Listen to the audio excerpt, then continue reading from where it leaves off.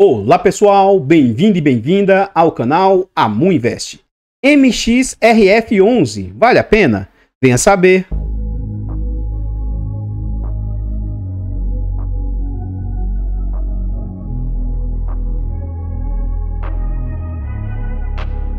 Então pessoal, este é um fundo imobiliário de papel, ele é um fundo imobiliário de recebíveis. Mais precisamente, na minha humilde opinião, ele é um fundo híbrido, porque ele investe em diversos segmentos aí. Na data em que eu gravo o vídeo, ele está sendo negociado a R$ 10,05. Ele entregou de dividendo nos últimos 12 meses, 12,4%. Ele está sendo negociado a um PVP de 1,03. Isso indica que ele está 3% mais caro do que ele vale. Ele negocia com liquidez altíssima, na casa de 13.600.000 por dia, e ele vende uma variação positiva de 4% nos últimos 12 meses. No quesito de cotação, o que a gente observa? Esse é um fundo que costuma negociar com um certo ágio, mas ele também já operou abaixo do seu valor patrimonial. Nos últimos 5 anos, lá nos idos de 2019, esse fundo estava sendo negociado acima do seu valor patrimonial. Normalmente ele estava ali próximo dos R$11, e no final do ano de 2019 ocorreu muita euforia no mercado. E aí esse fundo atingiu ali algo na casa de R$14, muito acima do que realmente o fundo valeria. Ocorreu a situação pandêmica, as suas cotas foram jogadas para algo na casa de R$9. Rapidamente o fundo se recupera e volta a patamares ali novamente de R$10, que seria o seu valor patrimonial. O fundo supera esse valor, inclusive, para algo na casa de 11. E durante os idos de 2021 e 2022, as suas cotações voltam novamente ao VP, algo na casa de R$10. E aí, em fevereiro de 2022, na verdade foi no início do ano de 2022, foi noticiado a CVM, inicialmente havia até meio que notificado o fundo, isso causou bastante temor no mercado e as cotas derreteram e caíram para algo ali próximo de R$9 na época. Passada essa problemática do que foi dito, o fundo recuperou-se e voltou novamente a patamares próximos de R$10. E aí, no decurso do ano de 2023 e também agora do ano de 2024, esse fundo, inclusive, chegou a ser negociado novamente com ágio, superando inclusive os R$11. E aqui já fica um aviso, ensinamento. Cuidado! Você ficar comprando ativo muito acima do seu valor patrimonial, por quê? Inevitavelmente, a tendência é que esses fundos voltem a ser negociados ali próximo do seu VP. Então agora o fundo vem negociando nesse movimento, né? Vem recuando as suas cotações e atualmente ele está bem mais próximo do seu valor patrimonial. Continuando no site aqui, a gente vê algumas informações do fundo, tais quais o seu nome, CNPJ, é um fundo para investidor em geral, ele é híbrido, é um fundo de papel, ele é de prazo indeterminado e gestão ativa. Em relação à taxa, nós vamos deixar para ver lá dentro do relatório gerencial e não há que se falar de vacância para um fundo de papel. É um fundo que conta aí com 1.142.000 cotistas, é o maior fundo em número de cotistas da nossa bolsa, ele tem 437 milhões aí de cotas, ele vale atualmente R$ 9,75 e ele tem um valor de mercado atual de 4.260 milhões. E o último dividendo anunciado pelo fundo foi de 10 centavos. Continuando aqui, a gente vê agora sobre o dividend yield médio do fundo. Então, esse fundo, em momentos de mais normalidade, ele costuma orbitar entre 0,6 e 0,9, né? Na verdade, a maior parte do tempo ele estava até 0,8, 0,7. Então, não é um fundo que costuma pagar altos dividendos. Com a explosão da inflação, esse fundo começou a entregar mais, tá? Então, saiu desses patamares de dividend yield de 0,8, 0,75 e tal, para algo na casa entre 0,9 e 1,2. A maior parte do tempo ali próximo de 1%. E agora, atualmente, o fundo está com dividendo mais agora na casa de 0,9, 0,97, 96, 1,04. Deu uma arrefecida nos dividendos entregues pelo fundo aí. Nominalmente dizendo, a gente vê o seguinte, que o fundo, durante um bom tempo, entregou algo na casa de 7 centavos, 9 centavos, 8 centavos, 7. Então, é um fundo que não entregava dividendos altos. Com a alta da inflação, ele começou a entregar mais, 10, 11, 12, sendo que o teto do fundo tinha sido 12. Agora ele vem no recuo das suas entregas, 12, 11 e 10 centavos. E eu acho que se o fundo continuar nos patamares que ele se encontra, pode ser que no futuro próximo o seu dividendo retorne a 9 centavos. Por que disso? Lá dentro do relatório gerencial, eu vou mostrar o meu ponto de vista, por que eu acho que em algum momento os dividendos entregues pelo fundo devem cair para patamares de 9 centavos. Mais abaixo aqui a gente vê nominalmente nessas entregas de 11 e agora 10 centavos. No dia 31/7, o fundo pagou no dia 14/8 essa quantia. Como esse vídeo é gravado com antecedência de umas 2 semanas, seguramente quando o vídeo for ao ar, ele já vai ter anunciado no último dia de agosto para pagar lá em setembro. Eu acho que por enquanto ele ainda mantém esses 10 centavos, mas de novo, acredito eu que pode ser que caia para 9 centavos e eu vou fundamentar isso lá dentro do relatório gerencial. Aqui mais abaixo a gente vê a rentabilidade do fundo. Nos últimos 5 anos, o fundo entregou 57% de rentabilidade, superando o CDI, que foi 47%, o IPCA de 33%, o IFIX de 28% e o IDIV, que é o índice de dividendos das ações, que foi de 66%. Então, no quesito de rentabilidade, o fundo vem com uma ótima performance. Então, pessoal, antes de a gente continuar vendo mais a respeito desse fundo imobiliário, eu trago aqui para vocês formas de apoio financeiro ao canal. Se você gosta do nosso trabalho e quiser nos ajudar, considere fazer uma doação para o Pix, amuinvest@gmail.com. Qualquer doação é muito bem-vinda. Outra forma de apoio financeiro, torne-se membro do nosso canal. O valor é baixo, irrisório, acessível, a partir de 10 centavos por dia, R$ 2,99 por mês. Além de ser um valor bem baratinho, nos ajuda imensamente. Tornando-se membro, você vai ter ali acesso antecipado a vídeos, lembrando que esse vídeo está sendo gravado com mais de 2 semanas de antecedência. Vocês têm preferência quando pedem um vídeo, vocês participam do grupo do Telegram e tem desconto na nossa planilha de controle financeiro. Essa nossa planilha de controle financeiro é um ótimo produto, é uma planilha com muita funcionalidade, muita versatilidade. Adquirindo a planilha, ela vai te ajudar a organizar seus ativos, ela vai te ajudar na sua declaração de imposto de renda e até no poder decisório de qual ativo comprar. Adquira a planilha, porque além de ser um ótimo produto, vocês nos apoiam financeiramente. Por fim, nós contamos ainda com e-books de introdução aos fundos imobiliários, introdução aos fiagros, são e-books de ótima qualidade, baratos, acessíveis, com conteúdo muito agregador. Adquira esses e-books, porque além de você ter um ótimo produto, também é uma forma de nos apoiar financeiramente. Se você estiver precisando de ajuda para uma consultoria, mentoria, uma estruturação de carteiras, manda mensagem no nosso e-mail ou no nosso Instagram. Pode ser que a gente consiga te ajudar de alguma maneira. Lembrando que nós não fazemos indicação de ativos. Eu retomei o estudo aí para a nossa certificação CEA. Após a certificação, eu vou poder fazer indicações aí pessoais. Então, por enquanto, nós fazemos essa consultoria, mas eu não faço indicação de ativos. Voltando aqui, nós já estamos no relatório gerencial. O último relatório divulgado, de junho de 2024, tem um certo delay, né, nas informações, mas é tranquilo, é normal. E eles deram uma repaginada no relatório e está bem melhor do que era antes, tá? O que a gente observa aqui? O dividendo entregue de 10 centavos permanece nessa faixa. Aqui a gente vê algumas informações a respeito do fundo. Então aqui, o fundo ainda valia 3 bilhões e 300 milhões, mas ele fez uma captação de 1 bilhão, tá? Na época o fundo tinha 1 milhão e 100 mil cotistas, já passou um pouquinho desse número, ele continua subindo em número de cotistas. Aqui a gente vê alguns comentários da gestão sobre o IFIX, sobre o panorama. Eu gosto de ver essa parte aqui, ó. Nessa parte aqui, a gestão vem dizer que o fundo pretende ter 80% do seu portfólio em CRIs e até 20% do seu portfólio em permutas.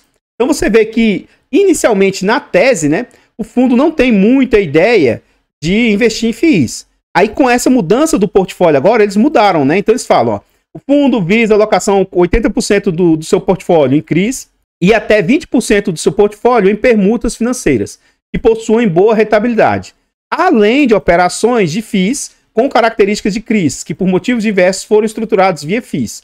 Então, posições mais táticas para gestão ativa no mercado. Essa parte final que não tinha antes. Por que isso está acontecendo? Porque o fundo decidiu começar a se expor muito a FIIs e eles ainda não migraram para essa história de ter até 20% em permutas. Então, que ele fala como é que está a situação dos CRIs, o que eles compraram, essa parte eu vou pular aqui, tá? Os rendimentos auferidos, ó. Aqui já começa a minha tese, porque que pode ser que caia dos 10 centavos a entrega do fundo. Então o fundo ele entregou, ó, 10 centavos, tá? Esses 10 centavos foi um total de 33 milhões que ele receitou, tá? Desse valor aí, ó, 2 milhões e 600 foram por meio de permutas 26 milhões por meio de CRIs e mais 3 milhões e 800 por meio dos FIIs. E o que eu quero dizer para vocês? Essas permutas não é sempre que elas estão gerando resultado para o fundo. Então, em algum momento, quando essas permutas não estiverem distribuindo o resultado, isso aqui vai impactar quase 1 centavo. Como assim, Amu? Ora, se 10 centavos é de 33 milhões gerados, a cada 3,3 milhões vai dar 1 centavo, tá? Então isso aqui vai representar quase 1 centavo. Por isso, em momentos que as permutas não estiverem entregando resultado, a tendência, né, baseado nos resultados de hoje, na inflação de hoje, no fluxo de hoje, pode ser que haja uma redução aí para 9 centavos nas distribuições. O fundo hoje tem uma reserva de quase 9 milhões, ó. Ou seja, a cada 3,3 milhões dá 1 centavo, né? Tanto que esses 9 milhões dá quase 3 centavos de reserva. O fundo paga por regime caixa, ou seja, os valores têm que realmente transitar pelo caixa para ele efetuar o pagamento. E aqui nesse relatório ele falava sobre o que ele tinha captado até então. Na 10ª emissão, até aquele momento eles tinham captado 83 milhões na fase de preferência e mais 38 milhões nas sobras. E quando foi para a fase pública aqui, ó, a fase para investidores profissionais, eles captaram o restante. Aparentemente aqui eles captaram todo o restante que faltava. Continuando aqui, ele fala sobre os últimos eventos do fundo, né? O resultado final de 10 centavos de distribuição. E aqui a gente vê o seguinte, ó. Em junho, o fundo receitou 36 milhões, teve de despesas 2 milhões e 600. A questão de permuta, ó, por enquanto aqui, ele sempre está entregando, mas se você olhar em relatórios anteriores, tem momentos em que as permutas não pagam. De novo, eu reforço, no momento que essas permutas ficarem sem pagar, deve ter uma redução nas entregas do fundo aí. Nós vamos calcular aqui na prática o que as despesas do fundo aí estão representando frente às receitas do fundo. Então, o fundo teve de despesas aí, ó, 29 milhões e 500 e receitou 398 milhões. Então, vamos ver o que isso representa, ó. 29 milhões, 509 mil, que eu vou arredondar para 510. Isso aqui vezes 100, dividido por 398 milhões, 486 mil. Então, nos últimos 12 meses, a média de despesa da gestão aí é 7,40%, o que eu reputo ser, em termos de taxa, uma taxa excelente, muito bom. Continuando aqui no relatório, a gente vê a composição dos resultados, né? O que compõe o resultado. Aqui eu quero tentar evidenciar para vocês a questão da permuta, né? Então, teve meses que gerou 4 centavos, ó. Teve meses que quase não gerou nada, 1 centavo, menos de 1 centavo, 2. Então, essas permutas vêm gerando resultado aí para o fundo, mas se elas zerarem, né, que eu acho que pode zerar em algum momento, de novo o fundo pode ficar aí sem receita. A rentabilidade do fundo, né, no longo prazo, de 17 para cá, o ideal seria eles trazerem isso desde quando o fundo foi criado, né? Seria mais justo. Então, de 17 para cá, o fundo vem com rentabilidade de quase 19%, enquanto o IFIX do período foi de 16, 15,97 e a NTNB 20,14, né? Seria interessante se eles fizessem um comparativo com o CDI, mas eles não trouxeram. Ele fala aqui sobre TIR, né, a taxa interna do fundo. Aqui ele fala sobre o mercado secundário. Me chamou a atenção aqui que eles não trouxeram sobre a evolução do número de cotistas, né? Não vi essa informação aqui. E aqui a gente vê a composição do portfólio. Então, hoje, o fundo tem 77% do seu portfólio em CRIs, sendo que eles queriam ter mais ou menos 80%, né? E aí, 20% em permutas. Hoje está 12% em FIIs, 5% em caixa, que provavelmente no próximo relatório o caixa deve ser maior que isso, né? Porque eles fizeram captação. E eles têm ali 4,5% em permutas. E como que são as taxas do fundo? O que ele tem em CDI, hoje, representa 24% do portfólio. CDI mais 2. A IPCA ele tem 63% do portfólio. É uma média de IPCA mais 8. Ele tem GPM mais 5, que representa quase nada para o fundo aí.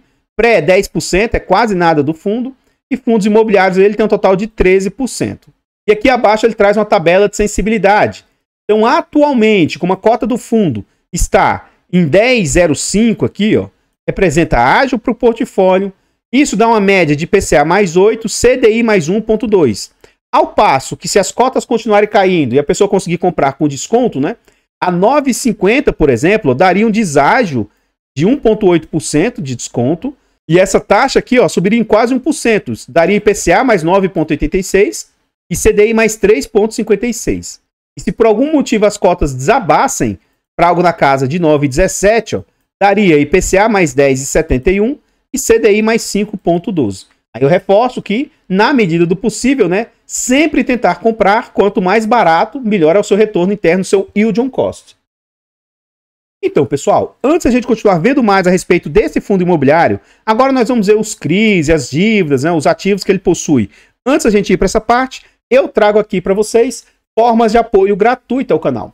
Se você não quer ou não pode nos apoiar de forma financeira, nos apoie de forma gratuita, simplesmente no vídeo, deixando o like, comentando, compartilhando, se inscrevendo no canal e ativando o sino. Tudo isso é de graça, mas pra gente faz muita diferença. Nós estamos tentando chegar a 20 mil inscritos. Se inscreva no canal e nos ajude a chegar aí nessa meta. Comenta aí para nós se você é um desses cotistas aí, de 1 milhão de cotistas que o fundo possui. Você tem ele no seu portfólio? Você já teve? Você acha que ele é um bom fundo imobiliário? Comenta para nós, seu comentário é muito importante. Eu, particularmente, já tive esse ativo na carteira pública e na carteira fechada.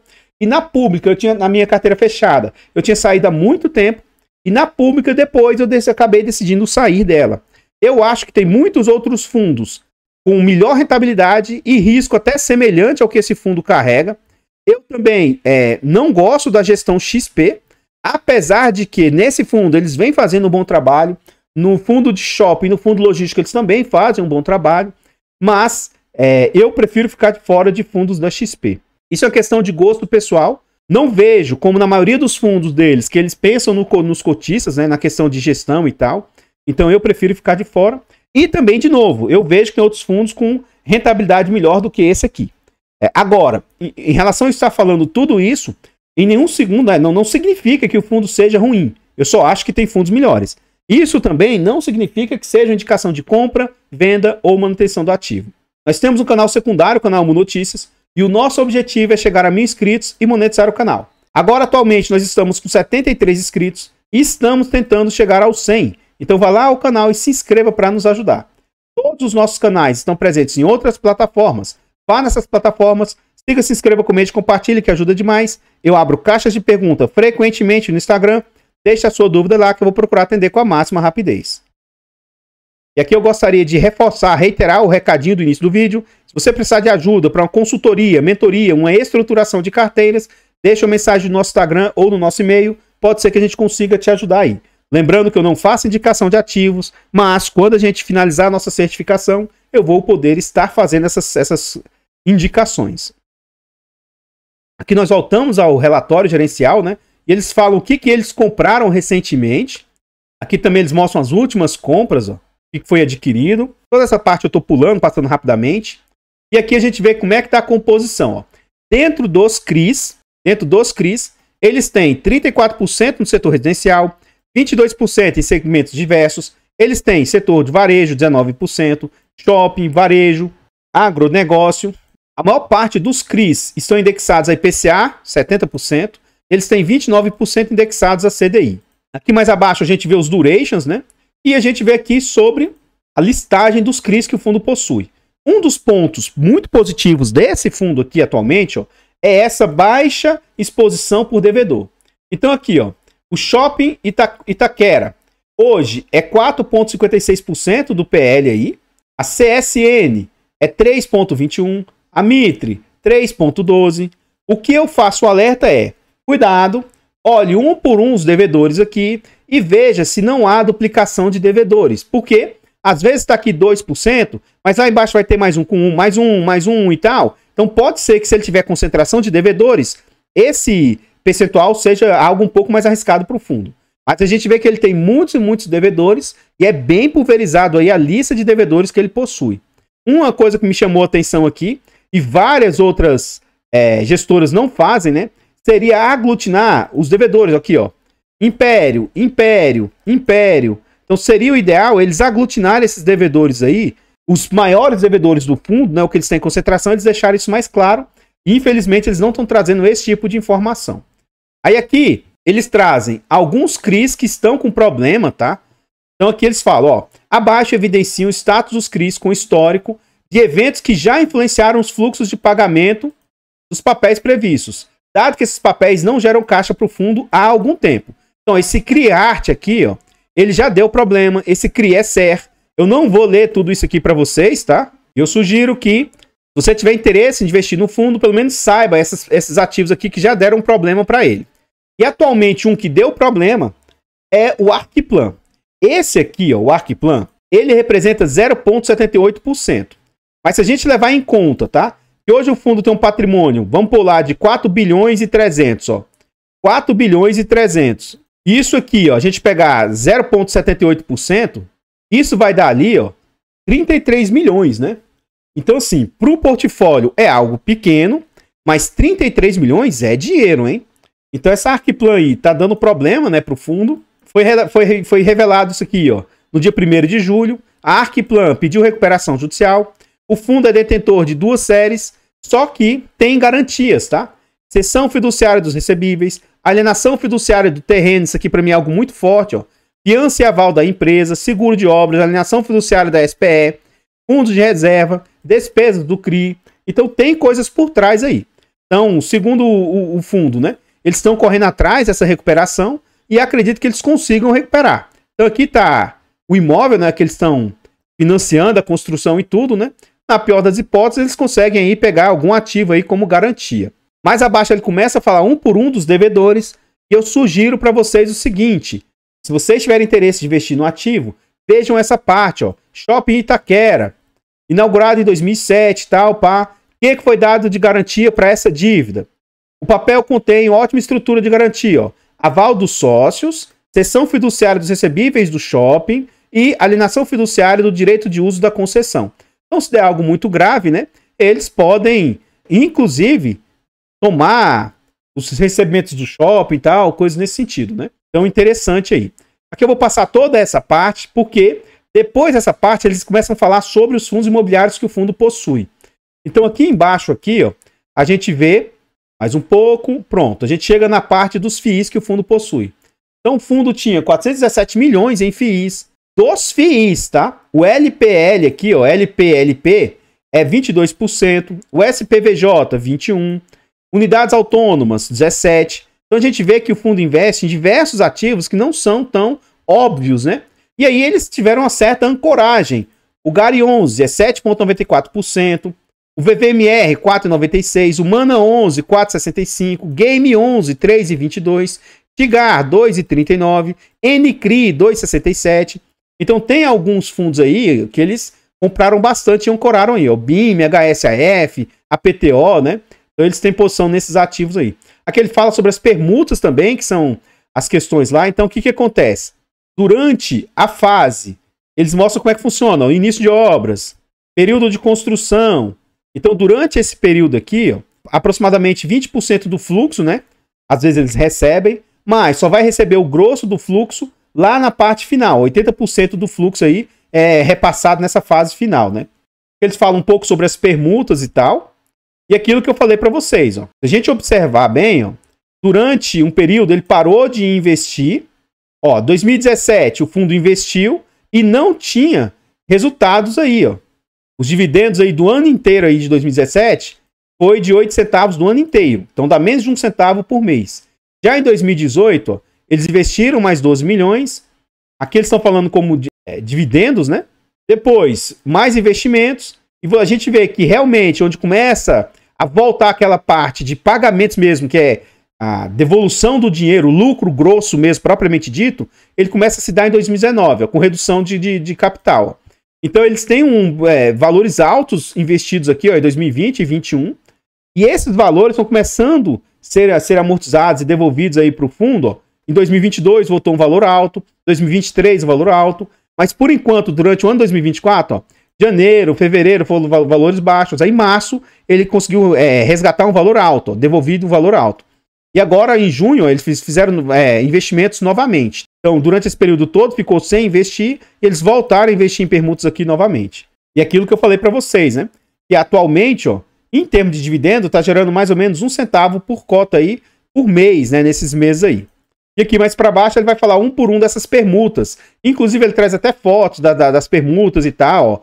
Alguns que estão em fase de obra, as construções e tudo, né? Então eu sugiro que você dê uma olhada com atenção aí, que essa é uma parte de alto risco do fundo, mas também que pode trazer um alto retorno para o fundo.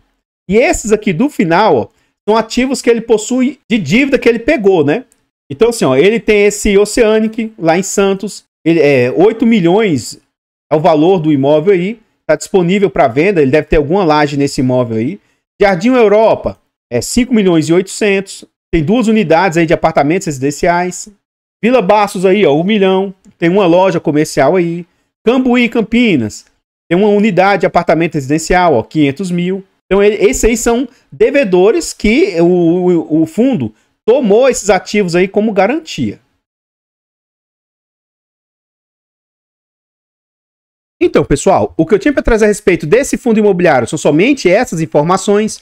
Eu gostaria de agradecer imensamente todos vocês que nos apoiam, sejam de forma gratuita, seja de forma financeira. Considere ir lá no canal Mu Notícias e se inscrever para nos ajudar. Desde já, muito obrigado. Eu vou ficando por aqui e eu espero encontrá-los nos próximos vídeos. Fiquem todos com Deus, tenham um bom dia, uma boa tarde, uma boa noite e fui!